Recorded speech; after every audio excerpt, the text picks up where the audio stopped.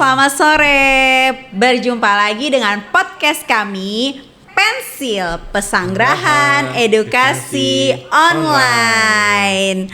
Halo teman-teman Pesanggrahan Edukasi Online. Kali ini kesempatannya adalah podcast kami yang ketiga, yaitu tentang yang lagi beredar dan marak-maraknya tentang udara Jakarta. Nah, kali ini podcast Pensil mengundang spesialis paru, yaitu sudah berada di tengah-tengah kami Dr. Agung Prastyo, spesialis paru. Selamat sore Dr. Agung. Selamat sore Mbak Wahyu, apa kabar? Apa kabar dokter? Saya baik, dokter apa kabar? Baik dok? Baik, alhamdulillah. Baik, oke. Tadi dari mana dok? Langsung ke Pesanggrahan atau dari RSUD mana-mana dok? Iya, sebelumnya saya dari RSUD Cilincing. Wow. Langsung dari sana ke sini di RSUD Pesanggrahan sambil melihat udara ibu kota. Waduh, iya. Ini lagi ngetren nih dok ya. Kan saya anak generasi zaman now ya dok ya, yang sering ngeliat IG, TikTok, media sosial, baik media cetak, koran maupun di TV-TV nih dok. Nah katanya nih akhir-akhir ini Indonesia itu, khususnya Jakarta itu polusi udaranya itu kayak peringkat 1 di dunia dok, yang beredar-beredar di FYP atau nggak di VT-VT di YouTube gitu. Nah, apakah benar dok polusi di Jakarta itu memang nomor 1 di dunia terburuk gitu dok? Bisa dijelaskan dok? Ya, baik. Terima kasih. Pertama-tama saya ucapkan salam dulu kepada teman-teman Pesanggrahan Jakarta Selatan. Oke, anak Jaksel semua sehat semua ya. Amin. Alhamdulillah. Amin. Ya, saya di sini Dr. Agung Prastyo, spesialis paru, akan membahas sedikit ya mengenai tentang kualitas udara di ibu kota tercinta kita ya. Ya, memang benar ya Mbak Wahyu, akhir-akhir ini bahkan mungkin sebetulnya sudah beberapa bulan ini bahwa kualitas udara di Jakarta dan kota-kota penyangga di sekitar Jakarta itu mengalami penurunan. Ya. Berdasarkan data Air Quality Index ya, itu Jakarta menempati peringkat antara sana dinamis datanya antara 1 hingga 5. Oh, jadi peringkat 5 besar ya. Masuk dalam 5 besar kota terpolusi di dunia berdasarkan Air Quality Index. Apa itu Air Quality Index? Ya. Jadi Air Quality Index adalah indeks kualitas udara yang menggunakan beberapa parameter polutan. Ya, itu ada alatnya dok? Betul, ada alatnya. Ada alatnya dan bisa kita beli sebetulnya ya. Alatnya cukup sederhana dan tapi memang punya teknologi yang canggih. Sudah banyak beberapa kalangan pemerintah ataupun swasta memasang alat-alat tersebut di titik-titik yang berpotensi mengandung polutan dan memang di situ aktivitas manusia lebih tinggi ya, area perkantoran atau tempat-tempat industri seperti itu ya. Sudah banyak. Dari data-data tersebut lalu dirangkum melalui database centernya ya di luar negeri, kemudian ditampilkan secara real time per jam. Per jam ditampilkan secara real time dan kita sebagai masyarakat awam bisa melihat di aplikasi tersebut. Aplikasinya itu namanya apa dok? AQAir. Ya, itu bisa di-download. Jadi kita bisa melihat ya. Gitu. Nah, apa saja parameter yang digunakan? Yaitu yang pertama adalah partikulat meter. Ya, partikulat meter, kemudian ada lagi nitrat oksida, sulfat oksida, ya, lalu karbon monoksida ya, gitu. Kurang lebih seperti itu. Ya, kalau dikatakan apakah Jakarta ini akhir-akhir ini memang tingkat polusinya tinggi, ya bisa dikatakan memang benar, tetapi memang secara peringkat itu dinamis, karena bisa berubah-ubah tiap-tiap jam seperti itu. Nah dok, kan udah banyak polusi nih di Jakarta, banyak kayak ibu-ibu, terus orang tua, apalagi yang punya anak-anak, terus yang punya lansia di rumah itu sangat resah gitu tentang polusi yang ada di Jakarta. Nah, menurut dokter tuh seberapa sih dampak polusi udara bagi kesehatan warga Jakarta dengan kondisi polusi yang sekarang tuh gimana dampaknya? Dampaknya untuk kesehatan baik dari jangka pendek maupun jangka panjang dan dampak dari lingkungan sekitar kita. Iya, ya, ini pertanyaannya mudah ya, tapi jawabannya susah. Ya. Baik, saya akan jawab pelan-pelan. Dampaknya itu sangat luas ya. Iya. Ya, dalam hal ini saya bicara tentang kesehatan ya, terutama kesehatan paru. Dampaknya bisa kita bagi dua, yaitu jangka pendek dan jangka panjang. Jangka pendeknya seperti ada keluhan batuk, kemudian flu, radang tenggorokan, kemudian juga pusing barangkali ya karena kekurangan oksigen. Dan untuk jangka panjangnya ya bisa menimbulkan potensi terjadinya bibit-bibit kanker atau keganasan. Ya, seperti itu. Kemudian juga bisa menimbulkan penyakit paru obstruktif kronik. PPOK nama lainnya ya, yang biasanya timbul pada orang tua dan dengan riwayat dia merokok atau terpapar debu, asap rokok, polusi udara. Nah, itu pasien-pasien yang sudah ada PPOK bisa terbangkitkan lagi kumatnya, kambuhnya, seperti itu. Lalu pada pasien asma, yang biasanya stabil, tiba-tiba potensi kambuhnya jadi lebih sering. Frekuensinya meningkat dengan derajat keparahan yang lebih berat. Tadinya itu. Misalnya dia kambuhnya setahun sekali, dia bisa setahun bisa 2 sampai 3 kali. Ya. Mungkin bisa lebih gitu ya. Bisa lebih. Tingkat kekambuhannya lebih parah dari yang sebelum-sebelumnya. Betul. Dan juga selain dari kesehatan paru juga bisa mempengaruhi kesehatan jantung. Karena pada dasarnya jantung itu bertugas untuk memompa darah yang mengandung oksigen ya ke seluruh tubuh. Betul. Saat darah itu oksigennya rendah karena ada polutan di luar ruangan ya di udara, maka jantung akan berdetak lebih cepat yang akibatnya potensi pada orang yang diabetes atau hipertensi itu potensi kerusakan jantung, penyumbatan saluran pembuluh darah jantung itu makin besar. Seperti itu.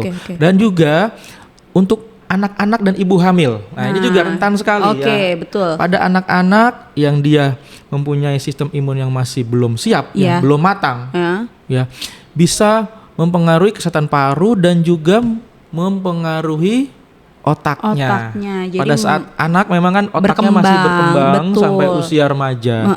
Tentunya akan timbul deposit polutan yang masuk ke dalam pembuluh darah dan tertimbun di dalam otak yang mempengaruhi perkembangan dari otak anak tersebut. Lalu pada ibu hamil juga ibu hamil yang sedang mengandung janin tentunya perkembangan janinnya jadi terganggu karena si ibu kekurangan oksigen dan juga malah terpapar polutan. Seperti itu ya. Dan mempengaruhi tumbuh kembang janin di dalam kehamilannya dan mungkin juga pada saat melahirkan mungkin berat badannya kurang. Jadi BBLR bayinya. Betul, ya dok BBLR, ya.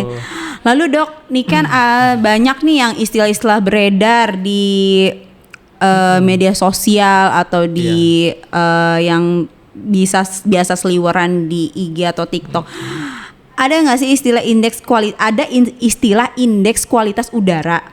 Nah, sebetulnya apa sih dok indeks kualitas udara sama parameternya yang untuk menilai kualitas udara itu apa lagi sih dok? Nanti kalau misalnya dokter punya kayak tabel atau apa nanti kita tayangin di sini ya dok ya. Bisa dilihat ya di tabel berikut ya.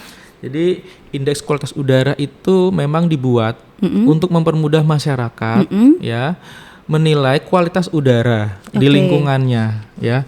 Jadi pada tahun 1920-an di negara London, di kota London, negara Inggris, itu saat itu memang terjadi industrialisasi besar-besaran. Betul. Sehingga sempat pada masanya di bulan Desember saat itu musim dingin, itu banyak warga menyalakan pemanasnya batu bara, hidrat arang, kayu bakar, karena sehingga untuk menghangatkan. Cerobong asapnya mengeluarkan asap yang begitu padat. Ya, sehingga udara begitu gelap.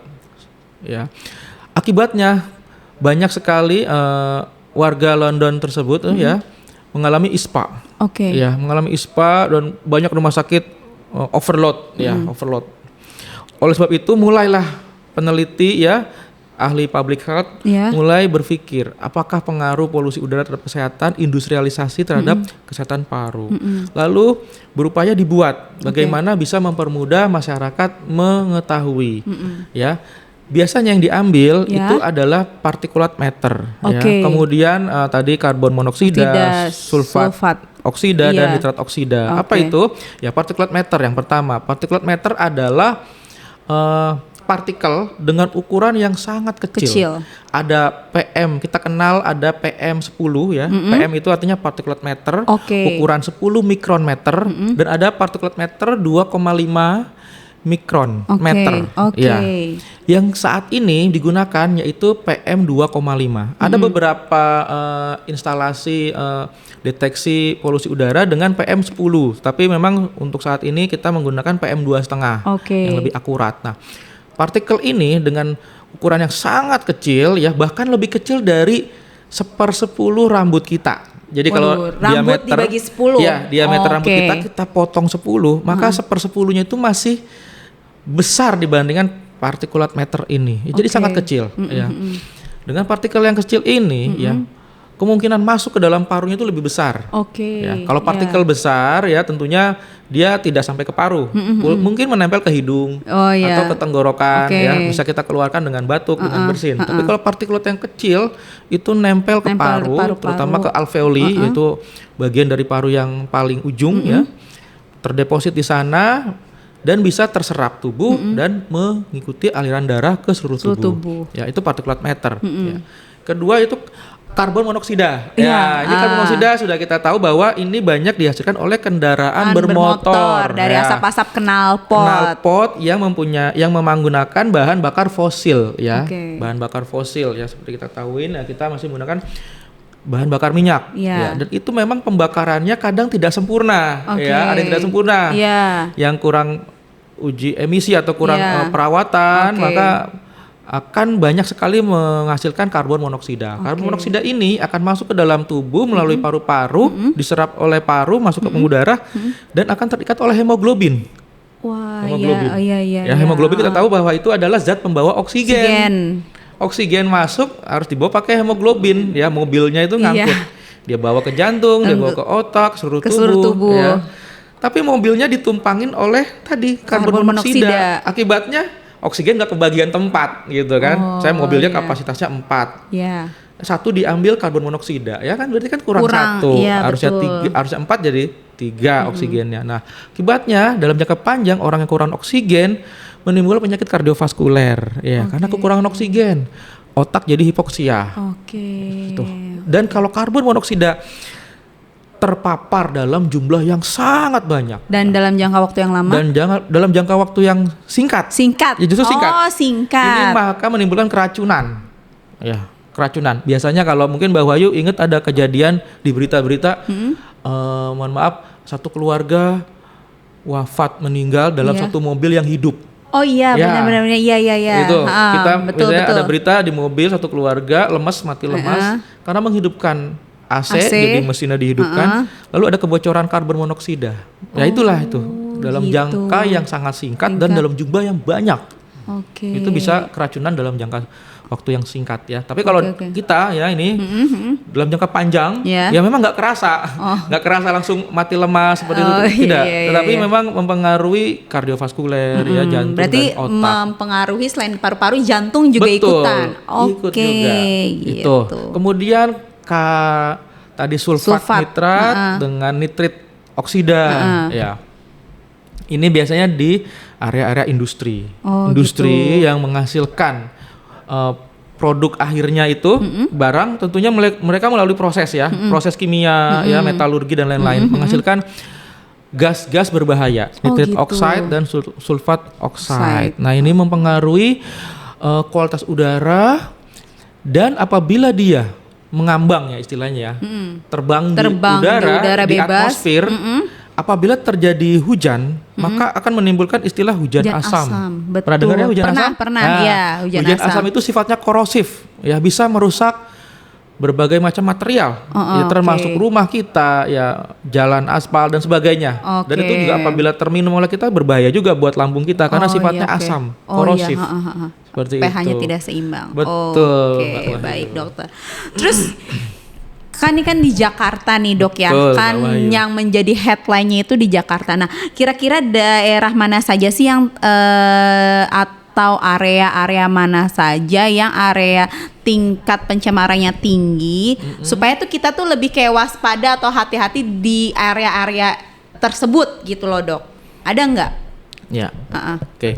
Jadi kita membahas tentang polusi udara outdoor sebetulnya ini yang kita bahas ini ya.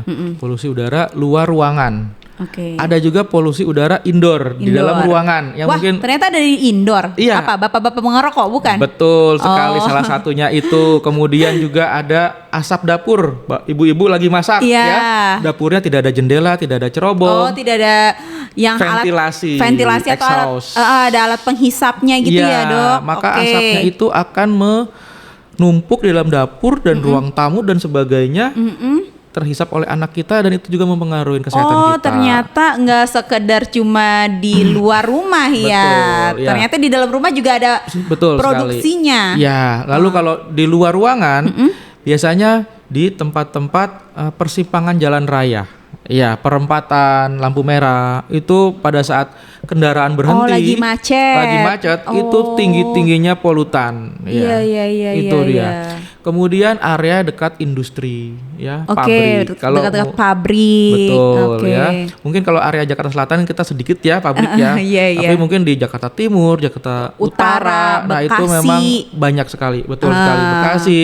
Atau itu. Misalnya daerah-daerah Jakarta Barat agak pinggir ke Tangerang juga itu juga ada gitu. area pabrik. Itu tentunya juga tempat-tempat yang tinggi sekali polusi udaranya. Begitu. Kalau area-area tertentu yang lain ya, itu tentunya tergantung juga oleh banyak faktor seperti iklim. Ya, cuaca. Misalkan begini. Kecepatan angin juga mempengaruhi. Apabila betul Mbak Wahyu, kecepatan angin di suatu area, apabila kecepatan anginnya tinggi, tentunya polusi udara lebih kecil. Kenapa? Karena dengan adanya angin, udara menjadi terdispersi, tercairkan dalam tanda kutip. Lalu kemudian saat musim hujan, biasanya saat musim hujan itu polusi udara lebih kecil karena dia tersapu oleh air hujan, seperti itu. Tapi ya dampaknya jadi tadi hujan asam, ya, yang sudah lama misalkan lama tidak hujan, tiba-tiba hujan. Nah itu jangan sekali-sekali kita terkena air hujan tersebut karena itu air hujan asam. Jadi memang banyak pengaruh secara lokal ya. Bisa berbeda-beda antara satu kecamatan atau satu kelurahan dengan kelurahan yang lain itu bisa berbeda-beda. Makanya data yang dikeluarkan oleh Air Quality Index itu data secara global melalui memang perhitungan rata-rata sehingga dikeluarkan data sesuai dengan globalnya tersebut, Mbak Wahyu. Nah, kan tadi kan dokter bilang katanya ada sumber polutannya di dalam rumah di indoor. Nah, nih lagi ngetren yang namanya rokok elektrik. Rokok elektrik itu tuh atau vape atau vape sebenarnya gimana sih cara penyebutannya? Itulah dok pokoknya ada rasa-rasanya. Menurut dokter gimana sih polusi dari vape atau rokok elektrik itu? Apakah lebih aman katanya dari rokok biasa atau rokok tembakau? Menurut dokter sebagai spesialis paru tuh kan banyak nih pasien dokter yang misalnya ada keluhan riwayat merokok dari tembakau atau riwayat merokok dari vape. Menurut dokter tuh yang lebih aman yang mana atau dua-duanya emang gak aman? Ya ini pertanyaan yang bagus ya. Jawabannya juga harus bagus. Ya ini terkait rokok. Rokok itu dikatakan ya secara mitos ya, rokok itu adalah warisan leluhur Indonesia gitu. Kan. Ada budaya Indonesia gitu katanya. Saya katakan itu bukan, sama sekali bukan. Karena rokok itu dari sejarahnya tidak pernah ada raja-raja di Nusantara itu merokok. Tidak ada.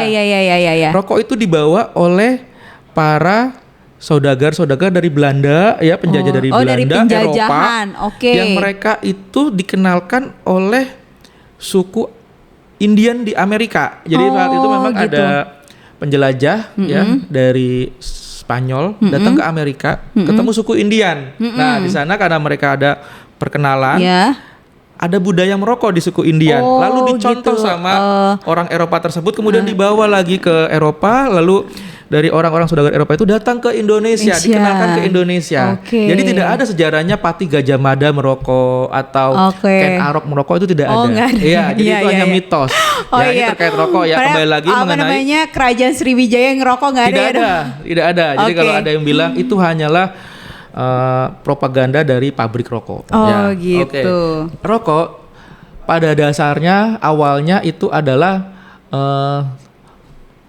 alat ataupun produk tembakau untuk mendapatkan sensasi seperti narkoba ya.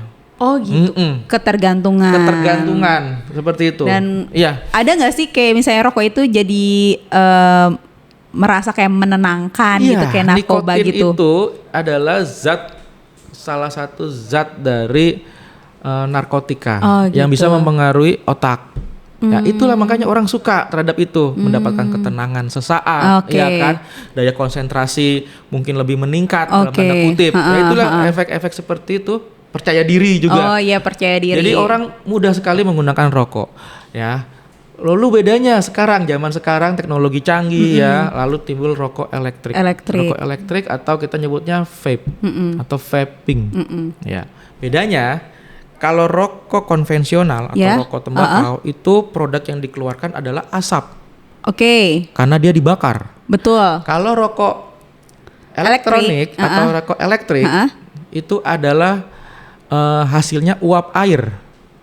Karena dipanaskan. Karena dia dari cairan terus dipanaskan. Menguap. Jadi uap air. Antara uap air dengan asap pada dasarnya itu memang lebih aman uap air. Tapi ternyata para pengguna vape atau vaping itu menambahkan seenaknya mereka gitu ya. Mereka bebas menambahkan nikotinnya banyak gitu ya, atau dengan sari-sari tumbuh-tumbuhan atau buah-buahan flavor-flavor tertentu. Ada flavor-flavor tertentu memang, Dok. Dan juga mereka bisa menambahkan narkoba, yaitu ganja terutama. Mereka tambahkan ekstrak ganja ke dalam cairan vape tersebut.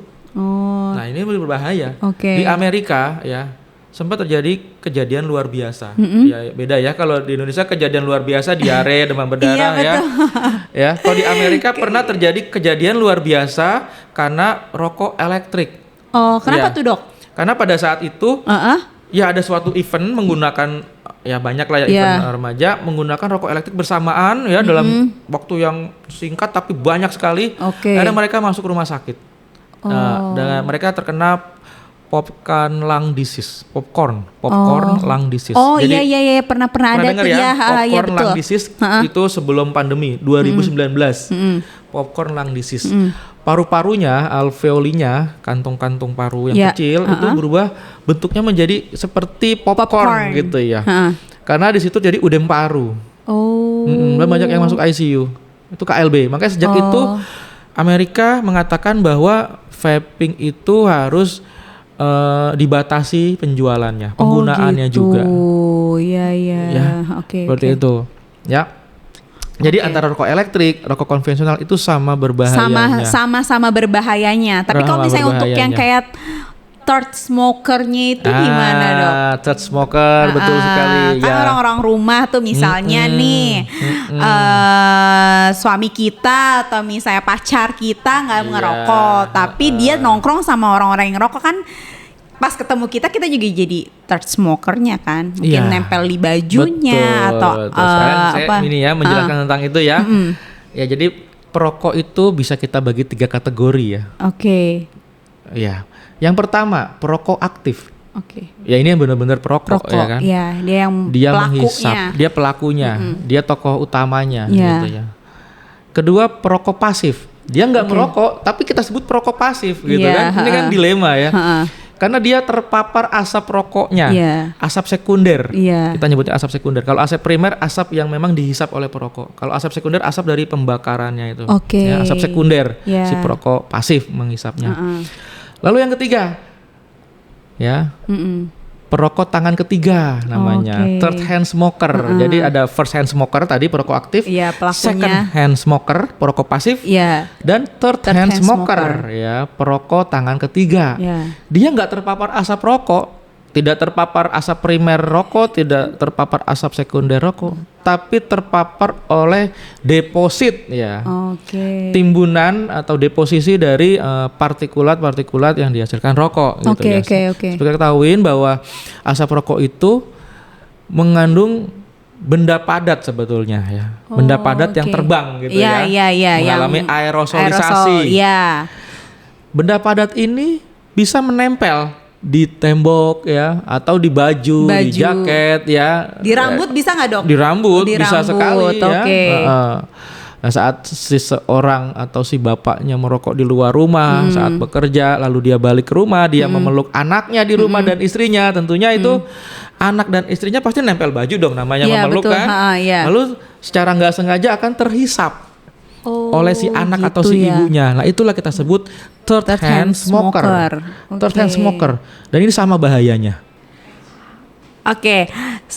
Tadi kan sama bahayanya dok ya. Udah banyak banget yang dokter jelasin tentang rokok, baik rokok elektrik atau vape ataupun rokok biasa atau cerutu. Nah, mengenai dengan polusi udara yang di Jakarta ini dok, gimana sih tips untuk menghadapi polusi udara di Jakarta kita sebagai masyarakat Indonesia, apalagi masyarakat awam nih? Kalau kita kan nakes mungkin pakai masker dan lain sebagainya, tapi kalau misalnya orang awam itu kan suka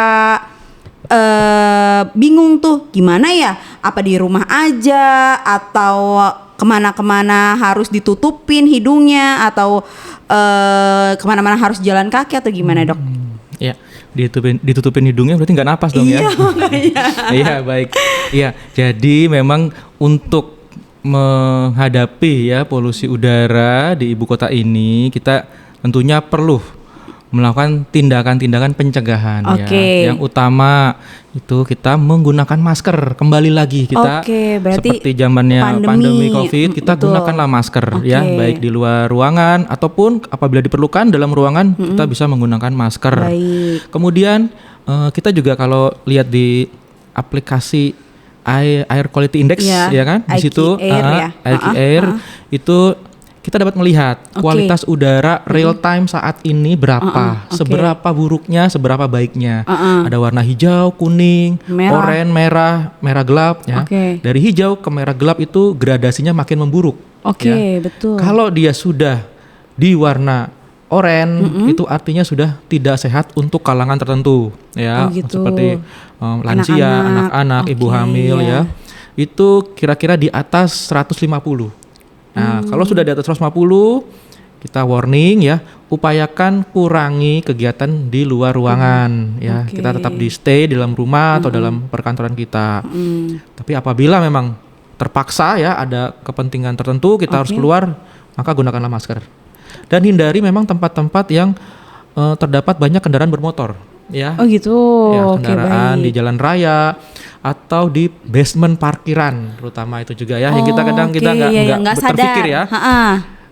Di basement parkiran itu pernah diteliti bahwa memang pada petugas parkir di basement itu mall, kantor itu memang kadar karbon monoksidanya tinggi dalam darahnya. Nah, itu harus hati-hati ya. Berarti kalau misalnya kalau kita mau parkir di mall atau di suatu kantor atau gedung, lebih baik yang di luar aja ya dok ya, daripada yang di basement ya. Daripada yang di basement. Lalu kemudian tadi setelah memakai masker ya, kemudian ya seperti biasa kita pola hidup sehat kita ya, cek kesehatan rutin, tekanan darah ya, asap rokok ya, bagi yang merokok ya sudah ada polusi ditambah asap rokok, jadi double polusi ya. Setidak-tidaknya yang bisa kita hindari dengan ya berhenti merokok atau menghindari merokok. Kemudian juga mengenai kebiasaan masyarakat kita. Misalkan di rumah tetangga ada yang membakar sampah ya, sebaiknya memang kita tegur ya, kita berikan saran jangan membakar sampah di rumah. Ya, ataupun di luar rumah. Di samping polusi juga bahayanya ya teman-teman ya. Kebakaran itu sudah jelas sekali ya, kebakaran. Itu memang cukup ya walaupun tidak besar tapi cukup dominan menyumbang kontribusi berpotensi polusi udara. Lalu yang bisa kita upayakan lagi terkait penghijauan ya. Penghijauan diupayakan, pohon yang kita tanam itu memang memproduksi oksigen yang banyak dengan cara apa? di pekarangan, jangan di dalam rumah ya. Saat malam hari pohon itu malah mengeluarkan karbon dioksida dan mengambil oksigen saat malam hari. Jadi memang sebaiknya pohon di luar ruangan ataupun kalau dalam rumah tapi atapnya terbuka. Seperti itu. Berarti semi outdoor gitu. Betul, semi outdoor. Kemudian buat para pekerja yang memang diharuskan bekerja di tempat-tempat yang berpolusi udara ya, seperti pabrik ya, industri, area-area pergudangan. Atau petugas polisi yang di lalu lintas mengatur lalu lintas itu sangat tinggi sekali terpapar atau terpajan polusi udara dan memang terbukti bahwa kadar karbon dioksidanya tetap tinggi sekali pada polisi pengatur lalu lintas itu tinggi sekali. Mereka butuh rutin pemeriksaan berkala, pemeriksaan fungsi paru berkala. Seperti itu. Apa dok, cuma hanya toraks aja atau ada yang lain? Ada ronsen torak ya paling mudah. Kemudian ada peak flow meter ya. Kemudian spirometri ya. Jadi dengan spirometri kita bisa mendeteksi penurunan fungsi paru lebih dini. Penurunan fungsi paru lebih dini ini untuk mencegah penyakit paru obstruktif kronik. PPOK ya, penyakit paru obstruktif kronik yang terjadi pada biasanya orang-orang yang terpapar asap atau udara kotor dalam jangka panjang seperti perokok, pekerja pabrik dan lain sebagainya. Lalu kemudian di rumah juga ya, rumah jangan lupakan juga polusi dalam rumah seperti dari dapur atau memasak ya. Saat kita mungkin dari ibu-ibu teman-teman sekalian ada yang memasak lalu menghasilkan asap produknya, nah itu memang harus dialirkan ke luar. Bisa melalui cerobong asap ya. Atau ventilasi exhaust ya, jendela itu sebaiknya dibuka pada saat memasak. Lalu juga buat ya anak-anak juga nih ya, anak-anak kadang suka bermain gitu ya, bermain apapun itu di luar ruangan sebaiknya dihindari ya. Tempat-tempat yang memang terlalu banyak debunya, debu atau tanah seperti itu. Bukan kita melarang orang bermain di luar ya, justru penting, tapi memang anak-anak potensial sekali terkena ISPA akibat polusi udara dan bakteri yang masuk ke dalam tubuh akibat saluran pernapasan tersebut ya. Gitu. Sebenarnya banyak ya kita tips and trick dan juga mengurangi polusi udara ya, yang saat ini juga digalakkan oleh pemerintah ya, seperti ya menggunakan kendaraan listrik seperti itu ya. Memang kendaraan listrik ini banyak kontroversi ya, tentu dimaksudkan tujuannya untuk mengurangi penggunaan bahan bakar fosil yang menghasilkan polusi udara. Ya kalau kita misalkan jalan keluar rumah nggak terlalu jauh ya, jalan kaki aja berarti 19 ya dok ya. 19 meter atau 20 meter kita bisa jalan kaki ya, sambil kita menyapa warga sekitar, halo, say hello ya kan, meningkatkan tali silaturahmi ya. Jadi nggak ada kemana-mana ke Indomaret depan rumah naik motor. Dan jangan lupa kalau jalan kaki ya, itu kita menabung kalsium kita ya untuk tulang ya. Betul. Itu penting sekali ya. Jadi tidak hanya untuk mengurangi polusi udara. Makanya kalau orang di luar negeri itu pada sehat-sehat ya dok ya, karena jalan kaki terus. Betul, sangat simpel sekali sebetulnya ya. Nah, tadi udah tips. Nah, sekarang menurut dokter kan kita kan memang di dalam naungan Pemda DKI ya dok ya. Yang saya mau tanya nih, atau misalnya yang teman-teman di rumah, bunda-bunda, ayah-ayah yang ada di rumah, bapak-bapak, ibu-ibu ya. Apa aja sih sebenarnya peran pemerintah dalam hal ini, Pemprov DKI Jakarta, dalam pengendalian polusi udara yang memang terjadi di Jakarta ini? Baik. Pemerintah Provinsi DKI Jakarta dalam hal ini sudah banyak berbuat ya untuk mengendalikan pencemaran udara atau polusi udara. Melalui pertama kita lihat bahwa dari Dinas Perhubungan itu memasang stasiun pemantauan kualitas udara ya. Seperti kita lihat di persimpangan terminal itu kita bisa lihat ya, kategori udara sehat, tidak sehat seperti itu. Memang dia parameternya agak berbeda, tapi itu sebenarnya upaya juga pemerintah untuk mengedukasi masyarakat gitu ya. Lalu kemudian juga dengan seperti tadi ya, penggunaan kendaraan listrik ya, mengurangi juga penggunaan kendaraan pribadi. Lalu ada juga perda yang mengatur bahwa untuk industri di Jakarta itu mempunyai kebijakan bahwa cerobong asapnya ya itu tidak boleh dekat dengan rumah penduduk. Jadi misalnya yang ada industrinya itu kayak ada jarak minimal dari rumah warga. Iya, industri di Jakarta memang sebaiknya tidak dekat dengan pemukiman. Dia harus ada di dalam area kawasan industri. Seperti itu. Lalu kemudian juga ada saat ini kita kenal work from home ya untuk para ASN untuk mengurangi penggunaan kendaraan itu juga bekerja dari rumah dan ini juga diharapkan memang juga mengurangi kemacetan dan tentunya juga diharapkan melibatkan kalangan swasta untuk hal ini mengurangi penggunaan kendaraan dan bekerja dari rumah untuk berarti, sementara ini. Untuk sekarang kan untuk ASN aja berarti dari pihak pemerintah khususnya Pemprov DKI juga kayak menghimbau seluruh kepada pimpinan yang ada di perusahaan-perusahaan swasta juga untuk me-WFH-kan pegawai-pegawainya ya dok ya. Untuk saat ini kebijakannya dalam waktu 2 bulan ke depan diharapkan dihimbau juga kalangan swasta juga bisa menerapkan work from home dari rumah. Karena kan saat bulan depan itu kita jadi tuan rumah konferensi tingkat tinggi ASEAN. Jadi kita harapkan memang kualitas udara kita di Jakarta sudah lebih baik. Ya. Kemudian juga tamu-tamu yang datang tentunya lebih sehat dengan udara yang ada di Jakarta gitu ya. Iya, benar. Kemudian juga selain itu pemerintah provinsi menggalakkan lagi penghijauan ya.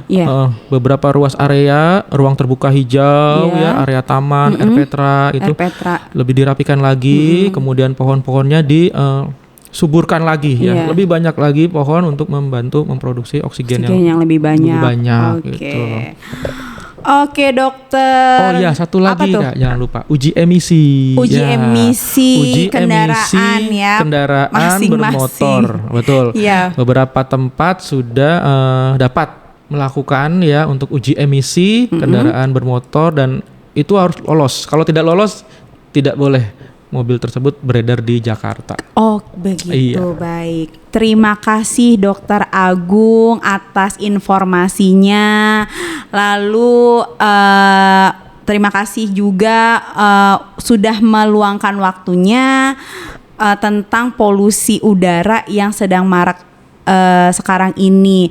Jadi kita atau teman-teman yang ada di rumah, Bapak Ibu, Ayah Bunda sekalian, khususnya pengikut RSUD Pesanggerahan, podcastnya Pensil sudah kayak terbuka gitu dok, pengetahuannya jauh lebih luas. Oke, nah untuk sahabat-sahabat Pensil, jangan lupa di RSUD Pesanggerahan jadwalnya Dokter Agung, spesialis paru, ada di Senin, Rabu, Jumat, setiap jam 2 siang sampai jam 4 sore.